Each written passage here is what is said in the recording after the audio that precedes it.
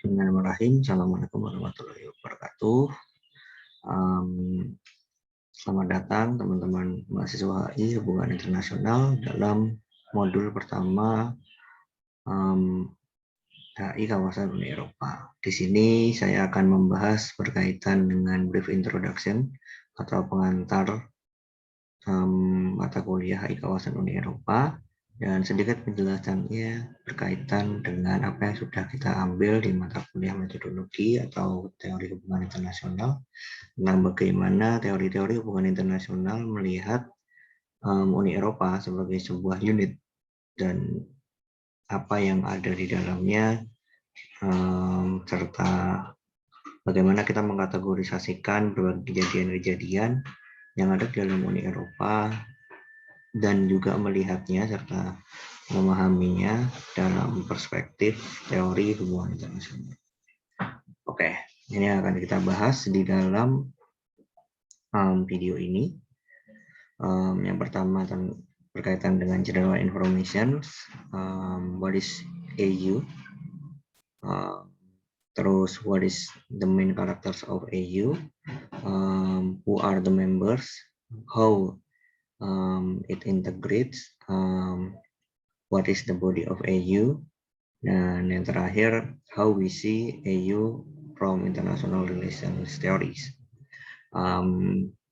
Apa yang akan kita bahas di pertemuan kali ini sifatnya brief ya, hanya berkaitan dengan general kategoris dan juga information tentang AU.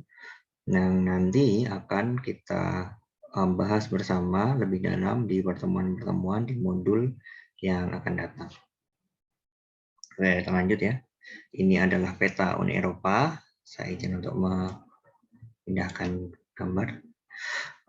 Bisa teman-teman lihat ya, ini merupakan peta Eropa yang paling recent tahun 2020, teman-teman. Dan yang dimaksud Uni Eropa ya, itu adalah yang berwarna biru, teman-teman. Ini adalah Uni Eropa ya, atau members dari Uni Eropa itu yang berwarna biru ya. Jadi teman-teman bisa melihat ada beberapa negara yang berada di kawasan Eropa atau benua Eropa, tapi dia bukan member dari Uni Eropa ya. Dan terutama ada beberapa yang ada yang sudah keluar juga, yaitu Inggris ya, yang juga bukan bagian dari Uni Eropa juga. Jadi yang harus teman-teman garis bawahi ketika teman-teman membahas HI kawasan Eropa ya, adalah bahwa kita membahas bukan hanya Uni Eropa saja, atau bukan hanya dinamika yang terjadi di antara negara-negara di Uni Eropa saja, tapi juga keterkaitannya dengan berbagai negara-negara tetangga yang ada di Eropa ya, di benua Eropa, dan bahkan mungkin nanti masuk juga di Asia dan juga Afrika, seperti itu. Ya, teman-teman lihat ya, di sini yang biru adalah current membernya ya. Di sini bisa teman-teman lihat ya, hampir seluruh kawasan Uni Eropa itu ada merupakan current member atau member tetap yang terdaftar di dalam Uni Eropa. Ada beberapa yang bukan Uni Eropa ya, seperti contohnya Norwegia, Swiss ya, Rusia, Belarusia, Ukraina, dan berbagai negara-negara Eurasia itu bukan bagian dari Uni Eropa, seperti itu. Swiss yang berada di tengah-tengahnya Prancis, Jerman, dan Italia pun dia tetap menganggap dirinya bukan dari Eropa, walaupun sudah berkali-kali diminta. Tapi Swiss seperti yang kita ketahui bersama merupakan negara yang memang ingin dirinya selalu netral. Ia menciptakan kesan dan juga itu juga merupakan bagian dari kebijakan luar negeri dari dulu bahwa dia tidak berpihak kepada siapapun, Swiss hanya berpihak kepada Swiss ya. Jadi dia netral walaupun dia berada di tengah-tengah negara-negara member Uni Eropa. Norwegia ya juga merupakan negara yang bukan merupakan bagian dari Uni Eropa. Norwegia menarik karena beberapa kali, ya 2 kali tercatat dia ditawari oleh Uni Eropa untuk masuk ke Uni Eropa. Cuman karena ada beberapa kebijakan, Norwegia tetap independen ya, tidak masuk ke Uni Eropa. Yang merah ini ya, yang merupakan Inggris ya, atau Great Britain. Inggris di blok merah karena ia merupakan satu-satunya atau satu-satunya negara yang keluar dari Uni Eropa. Ya. Ini dibilangnya former member ya, atau ex-member dari Uni Eropa karena ia keluar fenomena yang kita pahami dengan nama Brexit ya di tahun 2016 keluar dari Uni Eropa. Dan berbagai negara-negara lainnya. Dan ini ya yang merupakan bagian yang di blok biru muda ya, itu adalah official candidate ya. Official candidate itu merupakan calon-calon kandidat ya yang sudah mendaftarkan diri untuk masuk ke Uni Eropa, tapi karena ada beberapa hal masih depending ya atau masih belum bisa menjadi member tetap dari Uni Eropa. Salah satunya Serbia, Montenegro, Makedonia, Albania, dan Turki. Ini bisa teman-teman lihat ya. Ini biru langit atau biru muda. Dan ada 2 lagi ya, yaitu biru lebih muda lagi ya. Itu dianggap sebagai yang potensial untuk bisa masuk sebagai candidate ya, yaitu Bosnia dan Kosovo. Teman-teman lihat di sini ya, recognize as potential candidate. Jadi belum masuk kandidat, tapi dia memang ingin masuk ya. Yang potensial, yang kira-kira akan masuk ya, itu Bosnia dan Kosovo. Lalu ada kandidat untuk bisa masuk lagi tadi ya, Turki, Serbia, Kosovo, Makedonia, dan Albania, dan ini current membernya serta yang sudah keluar adalah Inggris. Nah, yang perlu teman-teman pahami juga bahwa Rusia itu tidak masuk ke Uni Eropa ya. Tapi Rusia ya sebagian wilayahnya memang merupakan benua Eropa. Begitu juga Ukraina, Belarusia, dan Moldova. Dalam kasusnya Ukraina itu beberapa tahun yang lalu, kalau nggak salah di tahun 2014 atau 2015 ya, memang terjadi hal yang menarik di sana ketika terdapat pergantian kekuasaan dari presiden di Ukraina yang sebelumnya pro kepada Rusia lalu berpindah rezim ya pro kepada Uni Eropa. Ukraina hampir saja masuk ke Uni Eropa, tapi karena ada berbagai kebijakan luar negeri yang intervensi yang dilakukan oleh Rusia terhadap Ukraina ya atau Ukraina, Ukraina sampai sekarang masih belum bisa masuk kepada Uni Eropa. Nah, ini merupakan hal yang teman-teman harus pahami ya. Lalu ada beberapa bagian dari Uni Eropa yang tidak berada di benua Eropa ya, atau agak jauh ya, atau tidak terlihat di peta ini ya. Ini ada listnya, bagian dari Uni Eropa tapi tidak berada di wilayah atau benua Eropa, yaitu Canary Island. Itu milik Spanyol, Madeira milik Portugal, dan Azores juga milik Portugal, dan banyak juga French Overseas Territories ya, jadi berbagai negara-negara bagian dari negara Prancis yang memang berada di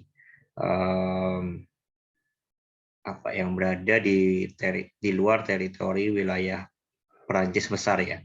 Jadi ada negara kepulauan yang memang masih bagian dari negara Perancis. Gitu. Oke.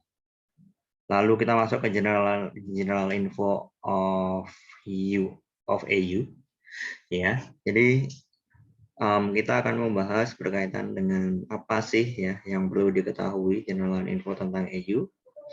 AU adalah gradually expanding institution harmonizing first economic and other political issues in Europe ya. Jelas ya merupakan institusi besar ya yang menggabungkan, mengharmonisasikan tentang ekonomi ya terlebih dahulu, lalu politik ya, isu-isu ekonomi, lalu politik yang ada di Eropa seperti itu.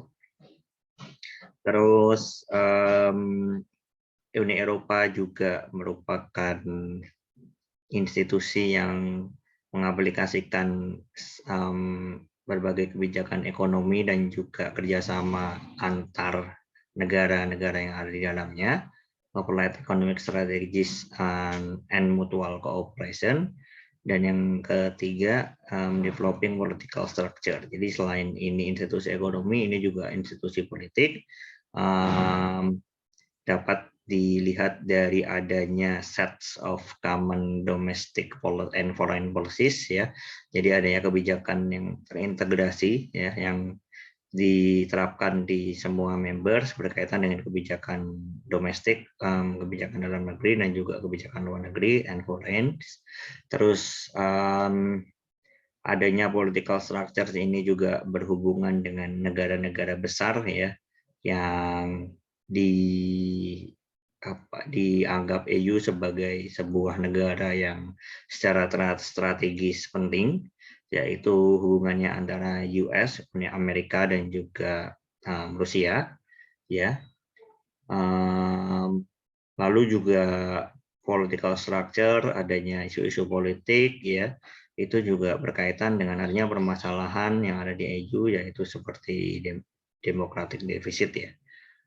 Kita bisa lihat apa yang terjadi di EU sekarang ini, banyak diterpa berbagai badai-badai berkaitan dengan ketidaksamaan identitas ya, jadi identitas berbasis nasionalisme mulai terangkat lagi, dan itu akhirnya sedikit banyak menggoyang ya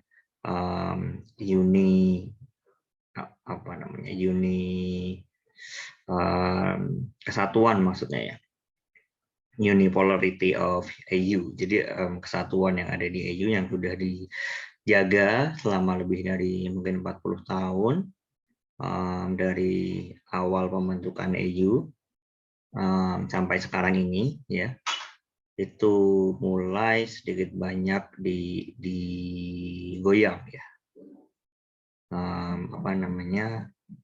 oleh berbagai identities issues, nationalities issues yang ada, sehingga itu menyebabkan berbagai kritik terhadap atau skeptisme terhadap institusi EU. Jadi sudah mulai ada rasa-rasa ingin memerdekakan diri seperti yang dilakukan Brexit, dan ada juga ketidakpercayaan tentang bagaimana Uni Eropa berjalan ke depannya seperti itu, karena berbagai permasalahan-permasalahan yang ada, seperti beberapa dasawarsa terakhir terdapat berbagai permasalahan seperti contohnya migrasi besar-besaran, dan juga beberapa tahun terakhir diterpa COVID crisis ya, yang juga menerpa seluruh dunia. Nah, ini merupakan tantangan yang dihadapi oleh Uni Eropa sebagai sebuah institusi supranasional. Nah, teman-teman, dalam mata kuliah ini, seperti yang saya bilang tadi ya, ini secara umum central explanation-nya adalah tentang Uni Eropa, tapi tidak sebatas itu. Jadi Uni Eropa, kita membahas seluruhnya apa itu Uni Eropa, bagaimana pembentukannya, apa yang ada yang terjadi di dalamnya, bagaimana rules dan laws dari Uni Eropa itu disepakati, bagaimana kita melihat kebijakan-kebijakan politik di Uni Eropa itu juga disepakati. Tapi lebih dari itu kita juga akan membahas beyond Uni Eropa. Jadi bagaimana Uni Eropa berhubungan dengan negara-negara di sekitarnya, kerjasama strategis yang Uni Eropa lakukan, itu akan juga kita bahas seperti itu. Jadi hubungan internasional di kawasan Uni Eropa ini maksudnya bukan hanya European Union, but also European Union and beyond European Union, seperti itu. Oke, saya lanjutkan.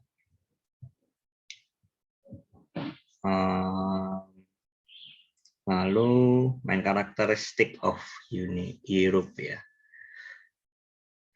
Apa karakteristiknya? Yang pertama, the member connected one another by principle of economy, they share the same economic policy. Jadi setiap member, setiap anggota dalam Uni Eropa itu dia terkoneksi satu sama lain dengan prinsip-prinsip yang mereka share ya, dan itu merupakan prinsip-prinsip atau kerjasama-kerjasama di bidang ekonomi. Jadi yang membuat Uni Eropa masih bisa berjalan sampai sekarang itu adalah mereka mengaplikasikan berbagai prinsip-prinsip ekonomi ya yang terintegrasi sehingga mereka bisa memutar berbagai komoditas-komoditas yang mereka punya, baik itu goods, services, dan lain sebagainya, baik itu jasa dan juga barang, sehingga bersama-sama harapannya mereka bisa mampu menaikkan kesejahteraan dari setiap membernya. Dan yang paling kental dari Uni Eropa adalah kerjasama ekonominya, di mana mereka bisa membuat sebuah unit supranasional yang terintegrasi, tidak hanya secara politik, tapi juga ekonomi yang semua berkaitan dengan regulasi tentang berbagai aspek-aspek ya, baik itu sosial, politik, budaya, agrikultur, semuanya terintegrasi dan dibahas secara bersama-sama dalam sebuah parlemen supranasional. Nah, itu sangat menarik teman-teman. Jadi bagaimana Uni Eropa itu berjalan sekarang dalam konteks ekonomi itu bisa jadi satu-satunya yang ada di dunia seperti itu. Jadi merupakan contoh integrasi ekonomi beyond the states ya, supranasional ya, yang itu dia tidak ada unit lain yang ada di dunia selain Eropa yang bisa melakukannya sampai saat ini seperti itu.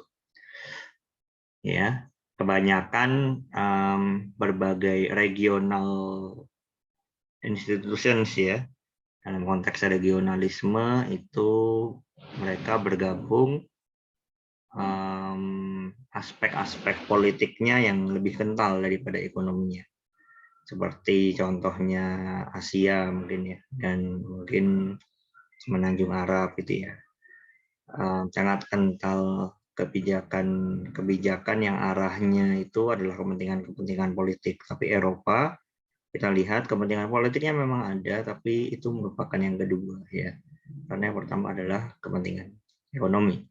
Ini menjadi menarik sekali teman-teman ya. Kenapa? Karena sepanjang sejarah, jika teman-teman lihat sebelum Perang Dunia I atau Perang Dunia II, hubungan yang terjadi di Eropa besar, gitu ya, atau negara-negara besar yang ada di Eropa seperti Inggris, Prancis, Spanyol, lalu ada Austro-Hungaria, pada waktu itu sifatnya sangat-sangat politis dan sangat-sangat strategis seperti itu. Jadi mereka saling mencurigai satu sama lain. Sering juga mereka berteman dan juga berlawanan, maksudnya saling melakukan aliansi dan saling mengkhianati aliansinya untuk kepentingan politik ya, seperti yang pernah terjadi dalam berbagai perang-perang yang dulu pernah ada ya, seperti Napoleonic War, perang Napoleon, dan juga akhirnya Itu terjadi selama 4 kali. Lalu juga ada contohnya Perang Dunia Pertama, ya, yang itu juga merupakan perang besar juga yang ada, yang membuktikan bahwa ternyata Uni Eropa ya menjadi seperti sekarang ini itu bukan karena dia meant to be economic structures, tapi memang merupakan sebuah proses seperti itu. Jadi dulu memang konteks security yang memang menjadi kental yang ada di Eropa, terlihat dari berbagai perang-perang yang terjadi sebelum Perang Dunia ke-1 dan Perang Dunia Kedua. Tapi akhirnya karena mereka sadar bahwa kepentingan ekonomi itu mungkin jauh lebih penting untuk dibina dan juga dipelihara, maka adanya Uni Eropa sekarang ini menjadikan bukti bahwa ternyata hubungan internasional berkembang ya. Jadi bukan tidak mungkin beberapa regions yang memang masih sangat rentan security-nya, seperti contohnya Asia Tenggara dan juga Liga Arab ya, yang sangat kental terhadap security kompleks di kawasan benuanya ya, itu bisa menjadi Uni Eropa ke depannya seperti itu. Hanya perlu berbagai trigger-trigger atau berbagai upaya-upaya yang dilakukan untuk membuat kita semakin terintegrasi seperti itu. Nah, seperti kasusnya yang dilakukan oleh Asia Tenggara ya, ada usaha-usaha yang sangat bagus untuk melakukan integrasi, yaitu adanya ASEAN Community ya, yang beberapa pilarnya selain pilar politik ada juga pilar ekonomi dan pilar sosial budaya. Nah, itu merupakan awal yang bagus, dan bagaimana praktik kedepannya nanti perlu untuk akhirnya kita bahas lebih lanjut. Oke, yang kedua ya, karakteristik utama dari adanya Eropa atau Uni Eropa ini adalah the willingness of member state ya. The willingness untuk apa? The willingness to be together, the willingness to be unite ya. Jadi adanya keinginan yang memang ditunjukkan oleh para membernya untuk bergabung menjadi satu, dan mereka kompak untuk akhirnya melakukan itu ya. Contohnya ini contoh spesifik ini ya, berkaitan dengan apa yang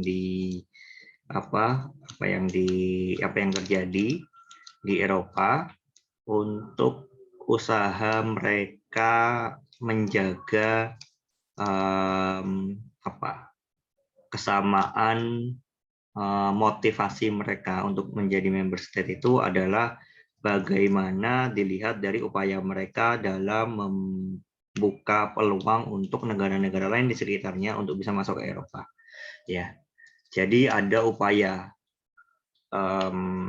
yang terintegrasi untuk mereka menjaga kesamaan motivasi mereka adalah dengan terlihat dari upaya mereka untuk melihat member-member negara-negara mana saja yang memang boleh masuk ke Uni Eropa dan juga tidak.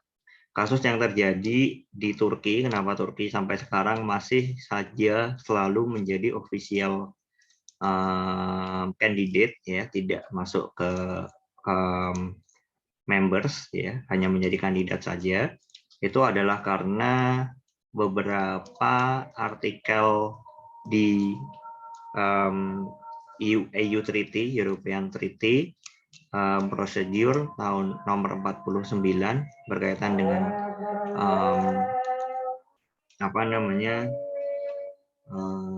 syarat-syarat untuk menjadi anggota itu masih terhalang seperti itu.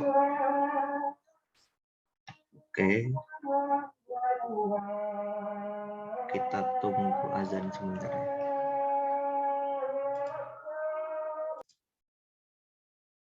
Oke, kita lanjutkan lagi berkaitan dengan konteks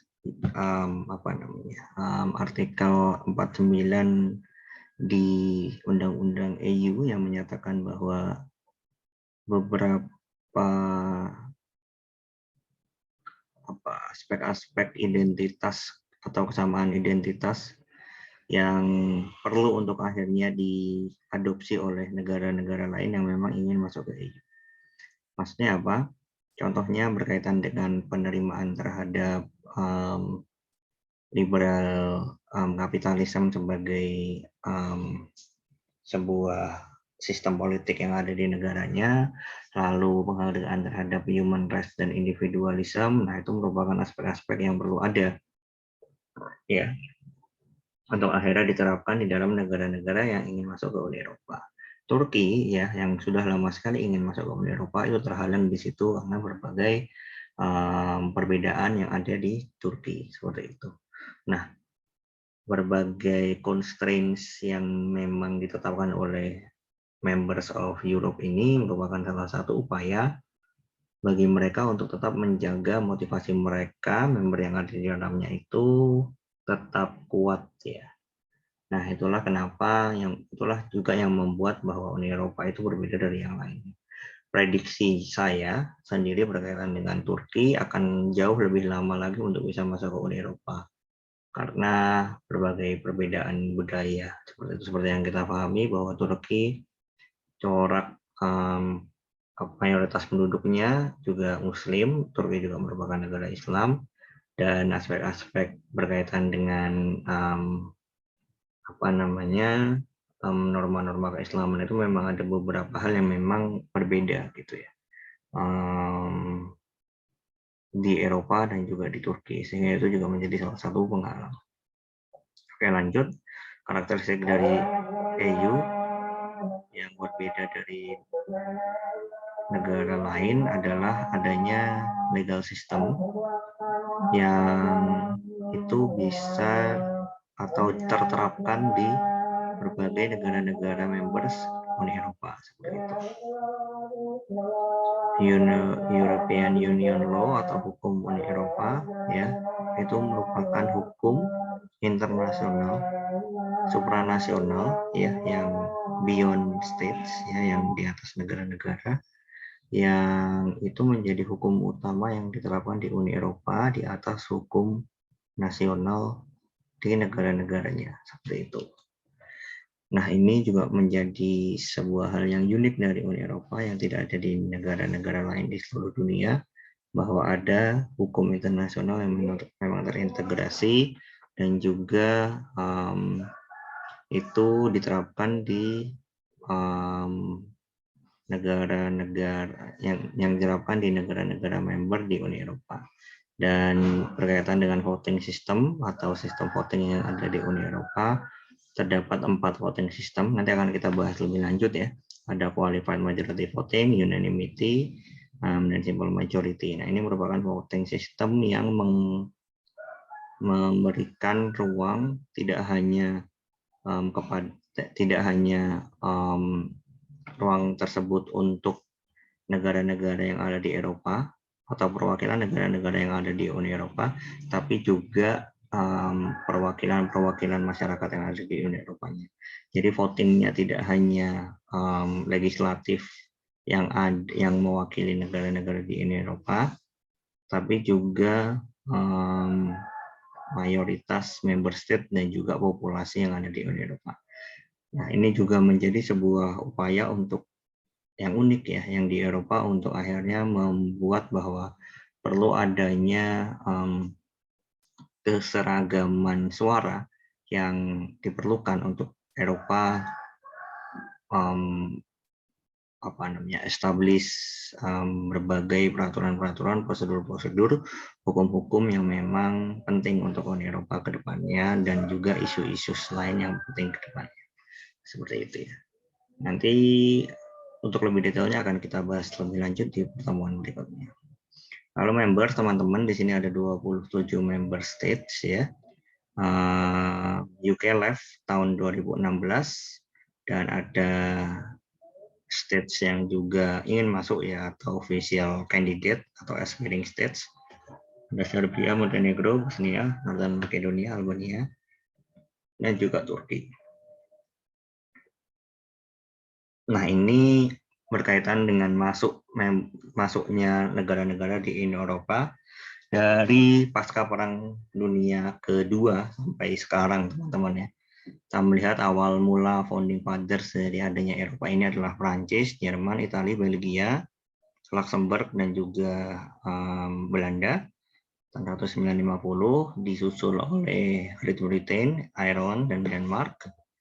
Lalu Greece, Spain, dan Portugal, dan juga Finland, Swedia, dan Australia. Nanti detailnya akan kita bahas ya lebih lanjut. Terus setelah itu ada extension to Eastern Europe, teman-teman lihat ya. Ada Bulgaria, Cyprus, Chechnya, Estonia, Hungari, Latvia, Lithuania, Malta, Polandia, Romania, Slovakia, dan Slovenia. Lalu Kroasia, dan yang terakhir Brexit. Nah, teman-teman ya, yang menarik yang teman-teman lihat bahwa di sini banyak sekali negara-negara yang masuk ini. Nah, ini penting sekali. Nanti juga akan kita bahas bagaimana tahun 1990 ini Rusia jatuh ya. Maksudnya Rusia di sini adalah USSR ya, atau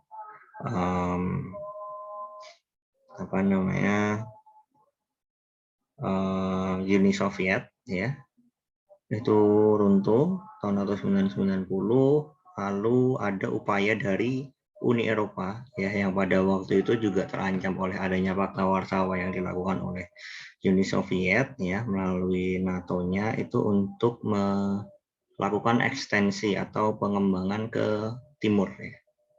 Itu nanti akan dibahas lebih lanjut ya. Ada beberapa upaya untuk mengajak negara-negara ex Yugoslavia dan juga ex Uni Soviet untuk masuk ke Uni Eropa dengan berbagai upaya-upaya atau syarat-syarat yang disuguhkan seperti itu oleh Europe ya kepada negara-negara yang ingin masuk. Ada kriteria-kriteria yang harus mereka ikuti ya, yang dinamakan oleh Copenhagen Criteria yang nanti akan kita bahas. Lalu ada Kroasia masuk sampai akhirnya Brexit ya, atau Inggris exit, British exit ya, yang terjadi ya diawali oleh tahun 2016 sampai tahun 2020 kemarin. Itu adalah pertama kalinya negara member merasa tidak puas dan akhirnya ingin keluar, yang itu dilakukan oleh Inggris ya.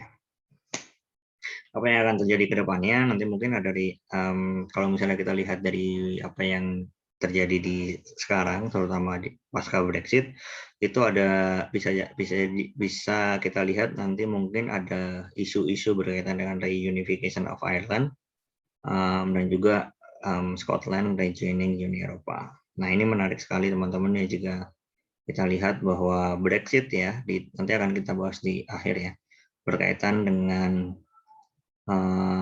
polling mereka untuk keluar dari Uni Eropa. Itu ternyata di seluruh pollingnya itu terlihat bahwa ada beberapa mayoritas penduduknya yang ingin keluar dari Eropa itu adalah penduduk asli Inggris ya.